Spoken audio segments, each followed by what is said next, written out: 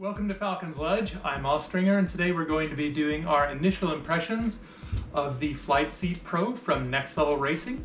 Just a disclaimer, Next Level Racing did send me this seat free of charge for review, and they are also aware that I'm going to give it an unbiased and critical review regardless of that fact. So what we're going to do today is, I'm not going to do a build video, obviously, because it's together. And the reason for that is Next Level Racing provides a wonderful build video available on their website, which I will have linked in the description down below. I do have a stick kind of mocked up here. I wanted to see kind of where it ended up. And I think this is a wonderful opportunity for us to also examine where to place sticks when you're trying to set up your new rig. Or if you've got new desk mounts or something like that. So we're going to use this wonderful opportunity to give you that information as well. And I think that it would probably be wise of me to break that out into a separate video. But for now, it's going to be all included into this seat right here. So let's go and take a look. Here we are looking at one of the two configurations for a center stick on the Flight Seat Pro. This one is probably the one that I'm going to be utilizing because it puts my stick in the best position. And if you do recall, I mentioned a number of times that I'm going to be getting a Rhino force feedback stick in the near future. And because of that, it's definitely going to be mounted very low because it's a very tall gimbal. I have a 100mm extension on my T-50 CM3 gimbal with a Thrustmaster F18 grip on it, which is what I've been using for center stick aircraft right now. The best mounting position seems to be as far up as it can go. And you can tighten those and solidify it by tightening these screws here. This particular mount only adjusts up and down. You might see some Studio Dog and Studio Cat here, as we've got Kibbit here running around. She's a Russian blue, in case you wanted to know. So this is one of the two configurations, and I'm going to put on and show you the second configuration because some people don't have a stick that will work in this configuration. And again, we are going to go over exactly where you want to position these sticks for maximum ergonomics, and also not just maximum ergonomics, but in addition to that, it will also be a more realistic positioning. As I have noticed a lot of really badly positioned sticks out there. Now, if that's what you like, that's fine, but I'm going to show you how to do it in my opinion is the right way. So let's take a look at the other solution for center sticks. All right, so this is the other method for mounting in the center. It can be adjusted though, which is wonderful. And it can be adjusted up and down by loosening these bolts and moving them down these attachments, but also it can be moved closer to you, so that's great. And in doing so, you can use all of these adjustments to move it closer to you so that it will sit where it's supposed to. If it's adjusted up and down and move forward, I think that you could probably get there. But that comes to another question. What configuration would this be useful in? Well, it would be useful if you did not have an extension. And there is a few sticks that might have that limitation. And in those cases, great, go for it. But something that I would like to suggest for anyone who might be using a stick, a good stick like the Orion or VKB Gunfighter or the Virpil T50, do yourself a favor, get an extension. It's going to be way better for you. If you're using center stick for center stick aircraft, get an extension. They're not very expensive. You've already invested in a great flight seat. You've already invested in a great stick. Get an extension. For the case of Next Level Racing, this adjustability is awesome. And it does appear that by moving this down and by moving this in, you could position this plate in a place down here where that stick is going to be in the right place if it doesn't have an extension.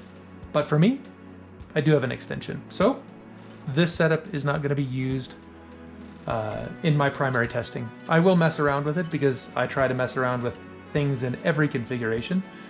But yeah, what we're looking at here is the right side stick mount.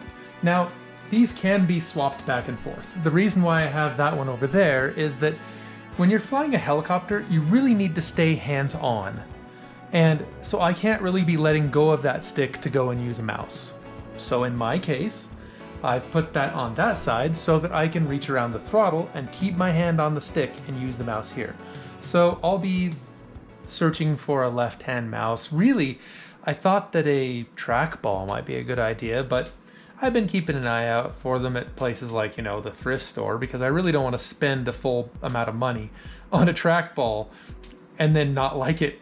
So I've been looking for used ones to give it a shot, but I'll probably just end up using a mouse that I've got sitting around. So yeah, that's why I have that set up over here. These move out and in and up and down using these adjustment screws here and these adjustment screws here. Again, we're using this standard kind of multi-connect plate here.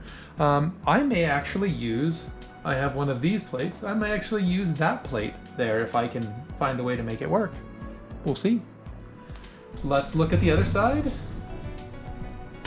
The other side is extended on this side, so you can use a mouse here. I did not notice a mouse pad in the box with the seat. It may be intended that the mouse pad with the stand is used on this. But either way, this has a nice big area and a great place to be able to put your mouse. Can mount a whole bunch of different throttles here. I have an Orion 2, but my Orion 2 has a bit of a special addition on it, and that is an Orion 1 that sits here. So I'm going to have to come up with a solution to be able to get that to mount to this plate. I'm pretty sure I can make it happen, and this thing, don't mind the rattling there. I have not tightened up any of these adjustment screws because I know I'm going to move them. But this piece is solid, as is every part of this setup. I've been very impressed with how rigid all of the metal pieces are and how strong they seem to be. So we've showed you the different points of adjustment on this setup. I should mention as well that you can swap the wheels out for stands if you don't move it. You can move the seat forward and back, and you can adjust the back. It also comes with a pillow so that if you need more lumbar, you can use that pillow, or you can move it up and use it for headrest or something like that. I'm going to try to use it as is, just because when it comes to VR, you're moving around a whole lot, and I really want to make it work that way. Speaking of VR, one great feature about this seat is that narrow back. You'll notice that a lot of gaming chairs, and even ones that are supposedly for cockpit use, have very wide wings on the back. These are from their roots, racing chairs. When you're making tight turns, you want to keep your body centered in the seat. You don't want to be sliding around back and forth. Well, in an aircraft, sure, you want to keep yourself seated as well, right? But you also want to be able to turn around and look behind you. And those wings are going to restrict that. So this narrow back has a purpose. And that purpose is allowing you to turn around and look behind you, just like you would in a fighter. So in use with VR, these are going to be fantastic. And I'm really excited to try it out. But first, we need to configure the thing. So let's show you how to place your sticks on a rig like this, or any other rig for that matter. So now we've moved on to adjusting our stick. And I'm gonna get in the cockpit now and going to see where this is most comfortable, because this does slide forward and back and it goes up and down. Now that I'm in the cockpit, I can reach down and find the position where this is going to be most comfortable. Now, a lot of people are going to put the stick up here. This is not a good idea. This is too high. You're reaching up to the stick. You should be reaching down to the stick. Heck, this might even be a little high for... this is okay. You should be able to lower your hand down when you're relaxed, when you're in the cockpit, when your feet are on the pedal, and be able to put your hand straight onto the stick. So that seems to be about where we can put it. I'm just reaching, okay, I've got one hole there, there's two holes there. You've got to have two holes, so this is about as far forward as I can get this. Here we have the joystick, side stick mounted. It is, for my case, because I have the seat pretty far forward so that I'm not very far away from my center stick. The side stick is also mounted the furthest forward it can go in both of the mounting points, the lowest that it can go, and that is where it is ideal for me. So you want to be reaching down to your stick just slightly, not up to it. I know that in Hollywood, pilots are depicted with the sticks way up so that they can get the stick and the pilot in frame at the same time and that it still looks good, but in real life, that's not how it looks. If you want any ideas about how that does work in real life, if you use VR, look at the stick and where it sits in real life.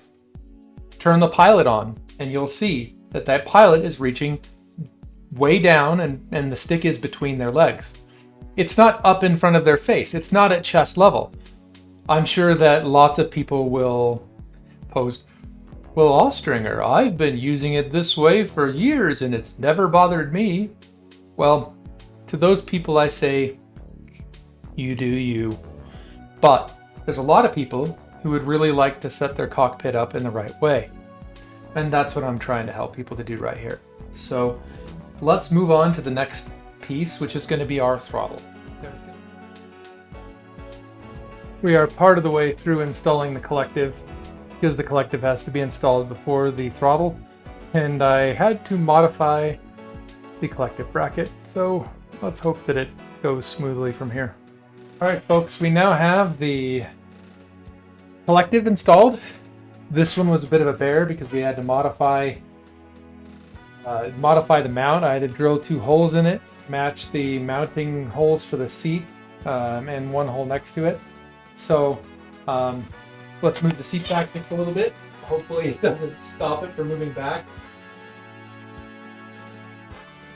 It does appear that that is as far back as I can go. Like I'm guessing there's something now in the way because of that collective. So here we are. Feels pretty comfortable.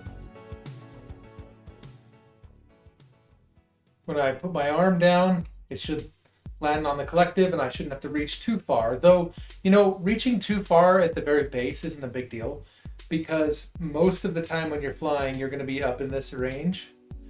And so a lot of people actually adjust their curves so that their 50 to 80% range is, you know, right here. So it's a little bit more comfortable. But yeah, this is kind of where it should be. Onto the throttle. And somehow I've got to make the throttle get around the collective. So that could be a challenge. We'll see. All right. So now we have the throttle installed with the collective. I had to do a little bit of adjustment to get the throttle to fit in there with the collective. I may have to do some modifications in the future, but I'm going to get into the thing again and somehow and we're going to figure out where we need to put the throttle. Alright, so now that we're in, I need to make sure that everything is correct, that my pedals are in line, the stick is where I expect it. Really put it back in further.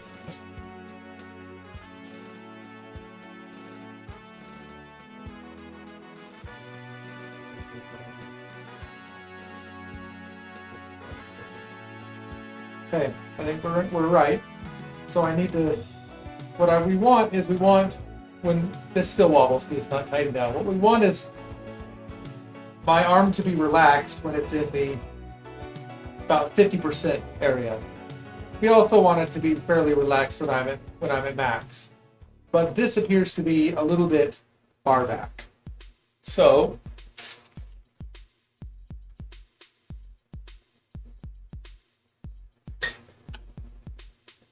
I'm going to move this into the furthest forward position. We've adjusted it, and now we just put it back into place. Just feeling how the throttle feels in this position. Feels pretty good.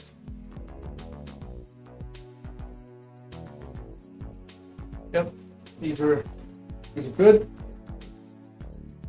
So I think I'll lock this down in this position. Now, something I noticed when I reach down to use the collective, it does clear it, but it is not comfortable to use over there. And this thing,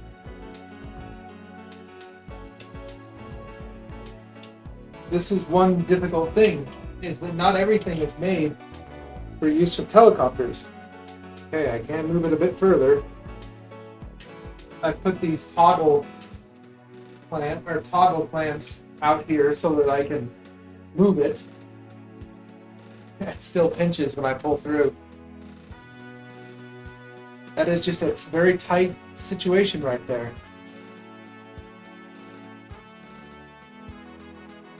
There is an extra piece of a plate on this side, and maybe if I cut that piece of the plate off, which, you know, that's not ideal, right?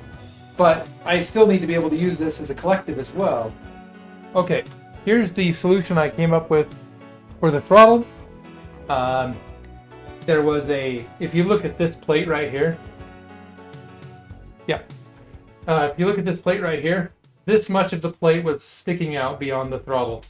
So I just cut that off, and the plate bolts onto the throttle with those 4 holes.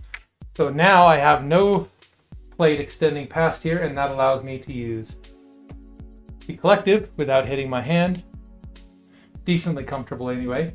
I may come up with a different solution later. I have these toggles here, and I can loosen them and slide the throttle over when I'm ready to use fixed wing, and then I can slide them out and tighten them when I'm ready to use helicopters. There's a lot of stuff here. I'll play a void so I can make it to the sands.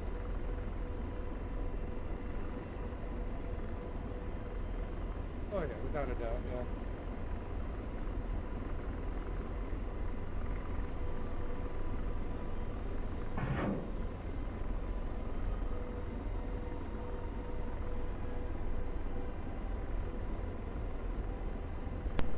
I hope you've enjoyed this first episode of the Next Level Racing Flight Seat Pro review.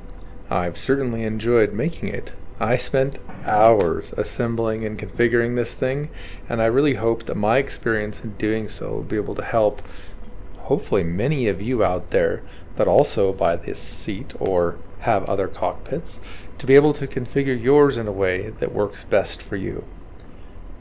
As usual, if you haven't subscribed to the channel, please do so now. I would really appreciate it. Please watch out for my streaming every weekend on Saturdays at 6 p.m. Mountain Time. I stream our weekly ASAW missions, and they can be a lot of fun. So I would appreciate your viewership. As always, fly safe, have fun, and have a great day.